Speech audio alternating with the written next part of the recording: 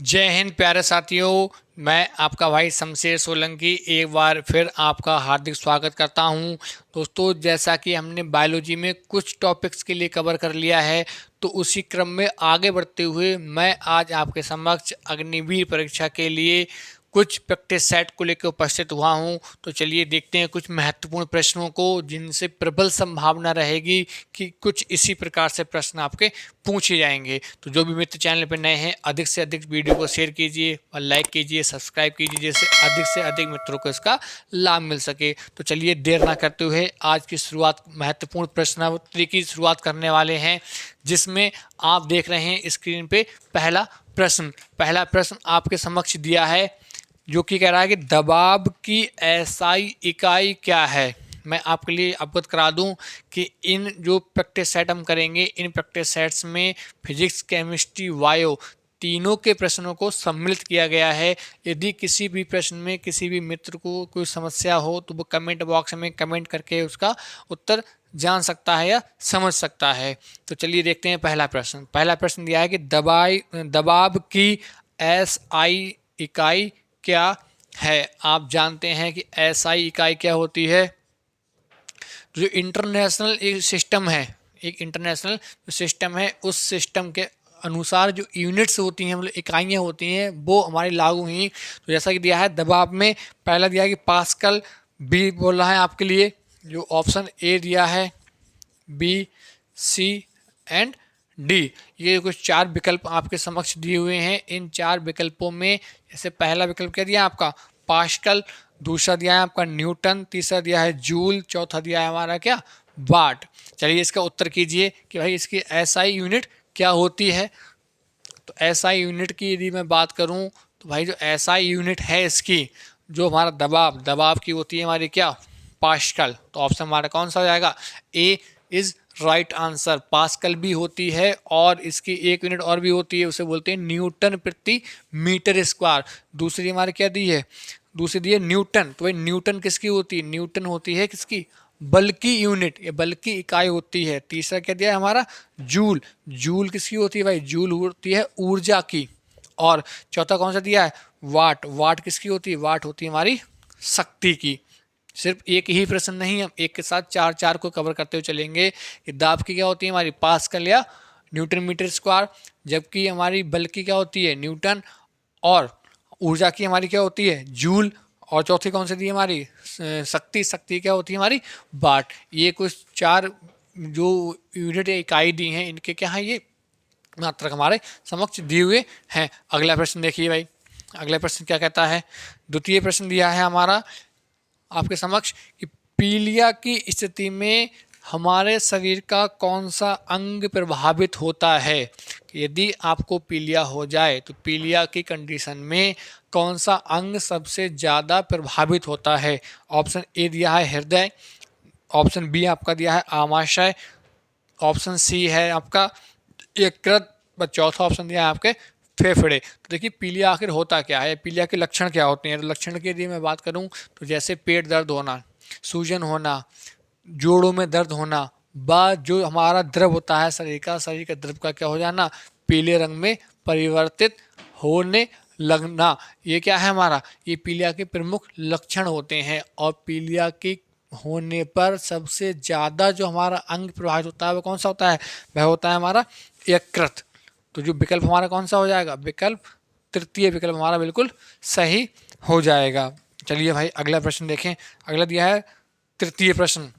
तृतीय प्रश्न आपके समक्ष दिया है, जिसमें पूछा गया है कि ध्वनि तरंग की गति निम्न में सबसे अधिक होगी। मतलब जो विकल्प दिए हैं उनमें से ध्वनि की गति जो सबसे अधिक किसमें होगी।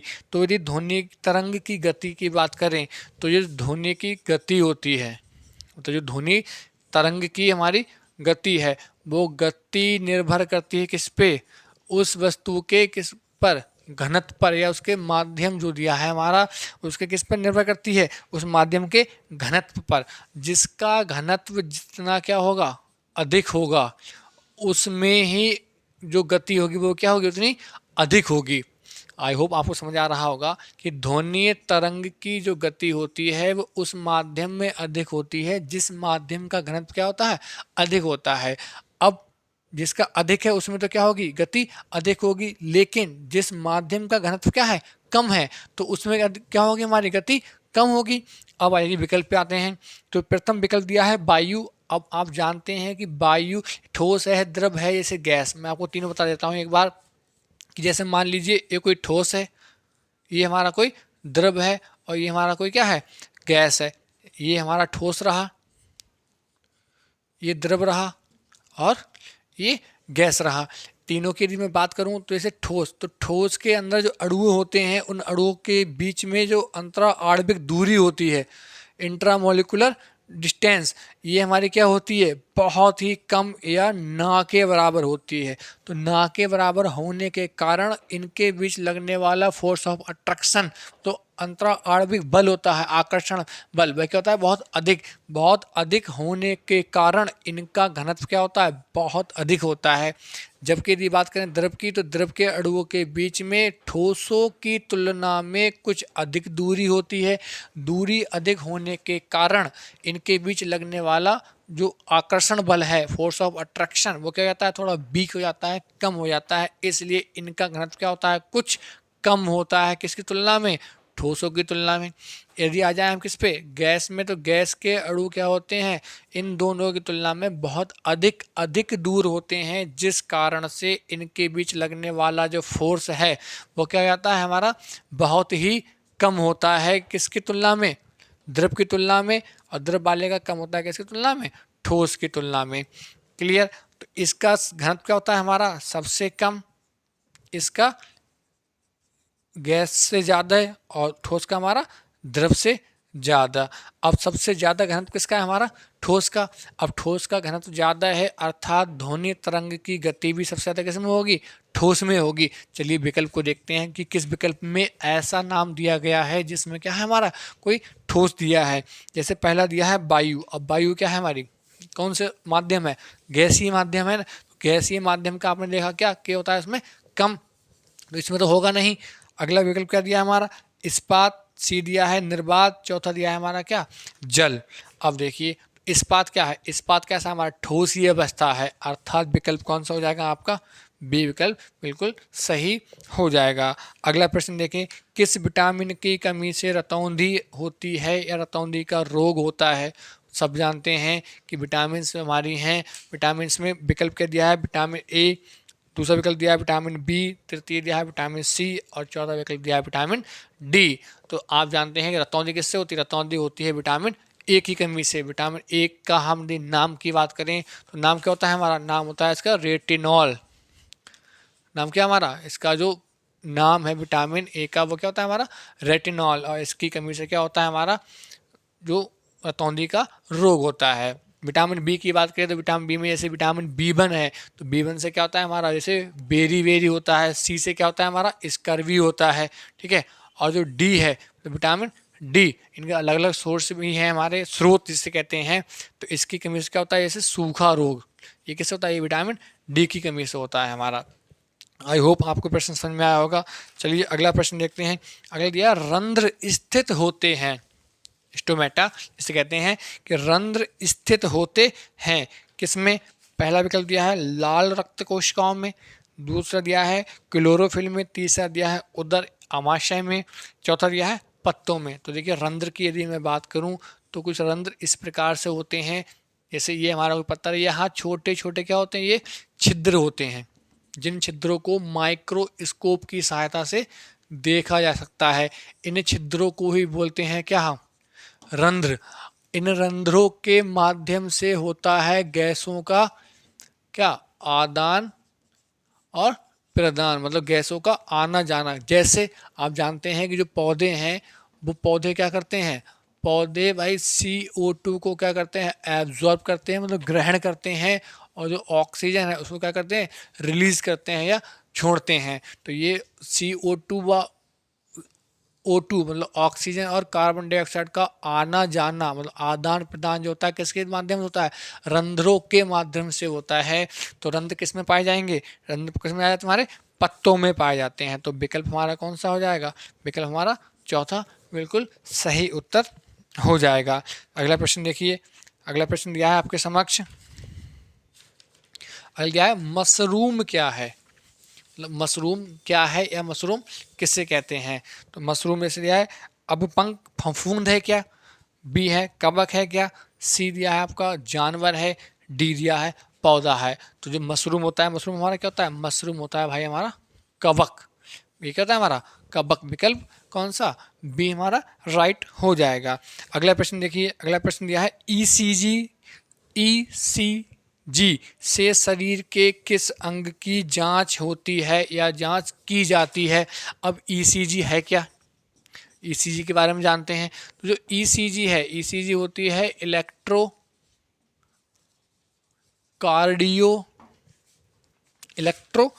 कार्डियोग्राम, इसे बोलते हैं इलेक्ट्रोकार्डियोग्राम। अब जहां बात आ जाए किसकी? कार्डियो की, वहां क्या आती है?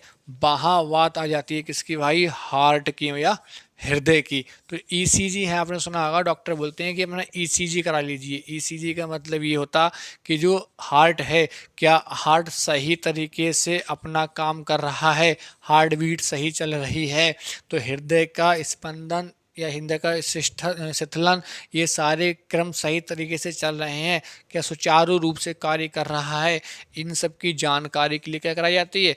ईसीजी कराई जाती है। तो ईसीजी का जो विकल्प होगा हमारा कौन सा? ईसीजी का विकल्प क्या? ए दिया है मस्तिष्क में, बिल्कुल नहीं। मतलब इस ईसीजी से क्या मस्तिष्क की जांच करते हैं? नहीं। बी दिया है छोटी आंत, सी दिया है हमारा गुर्दा, चौथा दिया है विकल्प क्या हमारा?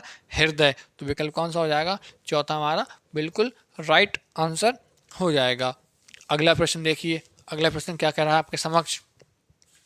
प्रश्न संख्या 8, आठवां प्रश्न दिया है कि मनुष्य में रक्त का पीएच मान होता है, या पीएच मान कितना होता है? तो जैसे एक शब्द आया यहाँ पे बता रहा हूँ आपके लिए, पीएच मान। तो पीएच मान की बात की जाए तो कुछ ये पीएच स्केल होती है जो 0 से 14 तक होती है। एक होता है हमारा यहाँ पे 7। अब मान देखिए आप क्या कह रहा है ये, कि जितने भी जिनका पीएच मान क्या हो? 0 से 7 के बीच में हो, 0 से 7 क्या हो? बीच में हो। ये सब कैसे होते हैं? इनकी प्रवृत्ति क्या होती है? हमारी अम्लीय होती है। जिनका पीएच मान क्या होता है? 7, वह क्या होते हैं? हमारे उदासीन होते हैं। जैसे कि शुद्ध जल, जल का मान कितना होता है? 7 होता है। जिनका क्या हो? 7 से 14 के बीच में हो, वो सब कैसे होते हैं? क्षारीय होते हैं। अर्थात ये सब एसिडिक प्रॉपर्टी को शो करते हैं। ये न्यूट्रल रहता है, जिसकी 7 होती है पीएच वैल्यू। जिसकी पीएच वैल्यू कितनी होती है? 14 होती है, 14 के बीच होती है, 14 और 7 के बीच। इन कहते हैं ये सब क्षारीय होते हैं। तो जो हमारा ब्लड है, ब्लड का जो एक्यूरेट पीएच मान होता है वो हमारा कितना होता है? ये होता है 7.4। अब 7.4 कहाँ आएगा हमारा? उदासीन के और क्षारीय के बीच में आएगा। तो अर्थात यहाँ कहीं पे होगा, ये होगा हमारा 7.4। 7.4 क्या होता है इसका? शुद्ध जल, शुद्ध रुधिर का पीएच मान होता है। तो यदि पीएच मान, यहाँ तो सिर्फ पीएच मान पूछा है, तो इसके अनुसार हमारा कौन सा विकल्प नंबर दूसरा हमारा सही हो जाएगा। लेकिन यदि प्रश्न इस प्रकार ना देके ऐसे दिया होता कि रुधिर का पीएच मान कितना होता है, ऐसे प्रश्न को ऐसे घुमा दें। यदि ये पूछा जाए कि रुधिर की प्रवृत्ति क्या होती है, किस प्रकार की प्रकृति होती है, तो वहाँ दिया होगा इस प्रकार से आपके लिए विकल्प। मान लीजिए ए विकल्प दिया है कि वह क्षारीय होता है, बी विकल्प दिया होता है कि वह हल्का क्षारीय होता है, सी विकल्प दिया हो आपके लिए कि वह अम्लीय होता है, डी विकल्प आपके लिए दिया हो क्या? कि वह उदासीन होता है। अब इस कंडीशन में आप क्या करेंगे? आप क्या क्षारीय लगा के आएंगे? भाई बिल्कुल रॉन्ग आंसर माना जाएगा आपके लिए। क्षारीय तो है, लेकिन कैसा? हल्का क्षारीय है। तो विकल्प कौन सा होगा हमारा? बी राइट आंसर हो जाएगा। मतलब ये कहने का कि प्रकृति पूछ सकते हैं या उसका प्रॉपर पीएच मान पूछ सकते हैं। आई होप आपको प्रश्न समझ में आया होगा। चलिए भाई अगला प्रश्न देखें, अगला क्या कहता है। अगला प्रश्न दिया है आपके समक्ष, मानव शरीर की एक कोशिका में गुणसूत्रों की संख्या होती है। इस प्रश्न को भी दो प्रकार से पूछा जा सकता है। एक तो संख्या पूछ सकते हैं, संख्या में दूसरा जोड़ी पूछ सकते हैं, कितने जोड़े होते हैं, ठीक है, ऐसे ही पूछ सकते हैं। यहाँ संख्या पूछा है, जैसे ए दिया है 43, बी विकल्प दिया है 45, सी 46 एंड 48। तो यहाँ संख्या तो आप जैसे जानते हैं संख्या कितनी होती है, 46 होती है। और यदि यही जोड़े की बात की जाए तो कितने जोड़े होते हैं, 23 जोड़े। कितने होते हैं, 23 जोड़े। तो यहाँ संख्या की बात करें तो 46, मतलब कुल कितने, तो 46, और यदि जोड़े की बात करें पेयर कितना है तो 23। राइट विकल्प हमारा कौन सा हो जाएगा, थर्ड इज राइट आंसर। अगला प्रश्न देखिए, अगला प्रश्न दिया है सोडियम कार्बोनेट का रासायनिक सूत्र, मतलब केमिकल फॉर्मूला क्या होता है, सोडियम कार्बोनेट। मैं आपके लिए बता दूं कि जो वर्ड दिया है कार्बोनेट, कार्बोनेट का सेंस होता है CO3। अब आप देखिए CO3 किस में है, और सोडियम का सिंबल क्या होता है हमारा, Na, अर्थात कोई ऐसा केमिकल फार्मूला जिसमें NaCO3 होगा। मीन्स सिर्फ Na ही नहीं, वो तो बैलेंस करने के लिए लगेगा कितना Na के मॉलिक्यूल हमारे एटम पार्टिसिपेट करेंगे। तो देखिए सोडियम कार्बोनेट, पहला दिया है Na2CO3, दूसरा दिया है NaHCO3, नेक्स्ट दिया है NaHSO3, नेक्स्ट दिया है NaHSO4। SO4 होता है हमारा क्या, सल्फेट। अब देखिए तो जो सोडियम कार्बोनेट है, ये सोडियम कार्बोनेट क्या दिया, केमिकल नेम है किसका, ये केमिकल नेम है जैसे हमारा किसका, वॉशिंग सोडा का। अब वॉशिंग सोडा का फार्मूला क्या होता है, तो वॉशिंग सोडा का फार्मूला होता है Na2CO3.10H2O। ये किसका है, ये है हमारा वॉशिंग सोडा। तो ये वॉशिंग सोडा, इसका ही रासायनिक नाम होता है हमारा क्या, सोडियम कार्बोनेट। तो कार्बोनेट फार्मूला क्या बनेगा, इसका फार्मूला होता है हमारा Na2CO3। विकल्प कौन सा हमारा, ए इज राइट आंसर हो जाएगा। अगला प्रश्न देखिए, अगला प्रश्न क्या कहता है, अगला प्रश्न दिया है आपके समक्ष, अगला दिया है CNG में मुख्य रूप से कौन सी गैस उपस्थित होती है। आई होप सबको पता होगा ये कि CNG में कौन सी गैस होती है। विकल्प दिया है नियॉन, बी विकल्प दिया है हमारा मीथेन, सी दिया है हाइड्रोजन, और डी दिया है हमारा क्या, पेट्रोल। तो आप जानते हैं कि जो CNG होता है उसमें मुख्य रूप से क्या होती है, इसमें होती है हमारी मीथेन। यदि मैं बात करूं इसके फॉर्मूले की तो होता है फॉर्मूला CH4, इसका फॉर्मूला होता है। तो सही विकल्प हमारा कौन सा हो जाएगा, बी विकल्प इज राइट आंसर। अगला प्रश्न देखिए, अगला दिया है फ़ारेनहाइट पैमाने पर जल का हिमांक होता है। फ़ारेनहाइट पैमाने पर जल का हिमांक कितना होता है। सब आप जानते हैं कि पैमाने कैसे, सेल्सियस पैमाना, फ़ारेनहाइट पैमाना, केल्विन पैमाना या र्यूमर पैमाना। ये जो हमारे चार पैमाने हैं, जो स्केल्स हैं, इन स्केल्स पे क्या होता है, इनके टेम्परेचर को मेजर किया जाता है। तो जो फ़ारेनहाइट का पैमाना है उसकी यदि मैं बात करूं तो जो हमारा 32 डिग्री फ़ारेनहाइट, ये क्या होता है, जल का हिमांक या हिमांक बिंदु होता है। अर्थात बी विकल्प हमारा क्या हो जाएगा, बिल्कुल राइट हो जाएगा। नेक्स्ट प्रश्न देखिए, नेक्स्ट है निम्न में से किसे कोशिका का पावर हाउस, पावर हाउस का मतलब ऊर्जा घर कहते हैं। ऑप्शन दिया है प्लाज्मा झिल्ली, लाल रक्त कणिकाएं कोशिकाएं, सी दिया है श्वेत रक्त कोशिकाएं, और डी दिया है हमारा क्या, माइट्रोकॉन्ड्रिया। तो वही माइट्रोकॉन्ड्रिया को ही क्या बोलते हैं, आपका बोलते हैं पावर हाउस या ऊर्जा का क्या, घर। तो हमारा विकल्प कौन सा हो जाएगा इसमें, डी विकल्प बिल्कुल सही उत्तर हो जाएगा। अगला प्रश्न देखिए, अगला दिया है सिरका में कौन सा अम्ल पाया जाता है। पहले दिया फॉर्मिक अम्ल, बी विकल्प एसिटिक अम्ल, सी लैक्टिक अम्ल, एंड डी कौन सा, साइट्रिक अम्ल। तो हम जानते हैं सिरका में कौन सा होता है, सिरका में होता है हमारा एसिटिक अम्ल। सिरका में कौन सा होता है, एसिटिक अम्ल, एसिटिक एसिड भी बोलते हैं। तो ये कौन सा हमारा विकल्प बी हमारा क्या हो जाएगा, राइट आंसर हो जाएगा। नेक्स्ट कौन सा दिया है कि अंतिम प्रश्न है आपका, किस विटामिन की कमी से बेरी बेरी रोग होता है। ऑप्शन ए दिया है विटामिन डी, ऑप्शन बी दिया है हमारा विटामिन B1, ऑप्शन सी दिया है विटामिन सी, और ऑप्शन डी दिया है विटामिन ए। अब देखिए ये कुछ चार विटामिन दी हैं। विटामिन डी की बात करें तो विटामिन डी का मुख्य जो सोर्स है वो कौन सा है हमारा, सन। ये क्या है, सूर्य हमारा क्या होता है, सबसे ज़्यादा विटामिन कहाँ से मिलती है हमारे लिए, सन से मिलती है विटामिन डी। ठीक, कमी से होने वाला रोग कौन सा हमारा, सूखा। इससे क्या होता है, सूखा होता है। विटामिन बी1, इससे कौन सा रोग होता है, इससे रोग होता है हमारा कौन सा, वेरी वेरी। तो विकल्प हमारा बी सही हो जाएगा। सी की बात करें तो होता है क्या, इससे स्कर्वी। विटामिन ए की बात करें तो ए की कमी से होती है क्या, रतौंधी। तो ये कुछ प्रमुख प्रश्न थे आपके समक्ष। जैसा कि आपको पता है कि भाई जो अग्निवीर परीक्षा में, अग्निवीर की जो भी परीक्षाएं होने वाली हैं, जिनके फॉर्म आपके भरे जा चुके हैं, इन परीक्षाओं में इनके सभी जो एग्ज़ाम हैं, इन सभी एग्ज़ाम में जो आपकी साइंस है, इस साइंस का बहुत ही महत्वपूर्ण योगदान है इस बार, कि किसी भी परीक्षा में आपके अग्निवीर वाले में सभी में साइंस के प्रश्न पूछे जा रहे हैं। जैसे कि मैंने इसके शुरुआत में आपको सिलेबस सब कुछ बताया था कि ट्रेड्समैन है, आपका जीडी है, तो इसमें 15 क्वेश्चन आ रहे हैं किसके, साइंस के। बाकी टेक्निकल है, उसमें भी फिजिक्स केमिस्ट्री आपकी पूछी जा रही है। तो उसके उद्देश्य को देखते हुए आपकी ये अग्निवीर परीक्षा के प्रैक्टिस सेट्स कराए जा रहे हैं। बस साथ साथ इनके टॉपिक्स के लेक्चर्स भी आपके लिए प्रोवाइड कराए जा रहे हैं। तो जो भी मित्र चैनल पर नए हैं वो अधिक से अधिक वीडियोस को शेयर कीजिए, व इनके प्रीवियस लेक्चर्स को देखिए आप, जिसमें आपके लिए प्रॉपर टॉपिक कराए गए हैं। जैसा कि ब्लड का टॉपिक आपके लिए करा दिया गया है, हिस्ट्री ऑफ बायोलॉजी ये सब आपके लिए करा दिए गए हैं। तो साथ साथ टॉपिक भी चलते रहेंगे और साथ साथ आपके लिए इनकी प्रैक्टिस सेट भी कराते रहेंगे आपके लिए। तो चलिए मिलते हैं अगली वीडियो में, तब तक के लिए thank you, thanks a lot.